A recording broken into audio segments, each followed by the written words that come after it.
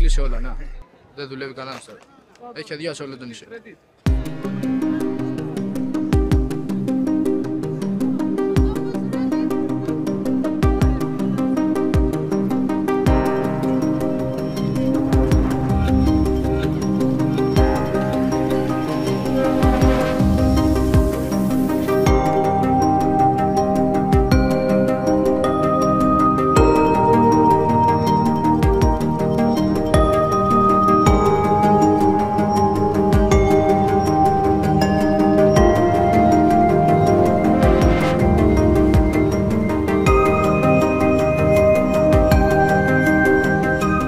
Στο νησί είμαι χρόνια κατοίκος, αλλά σήμερα είμαι πολύ, πώς το λένε, δηλαδή δεν το περίμενε κανείς αυτό το πράγμα, δηλαδή αυτό που γίνεται στο νησί τώρα είναι απίστευτο.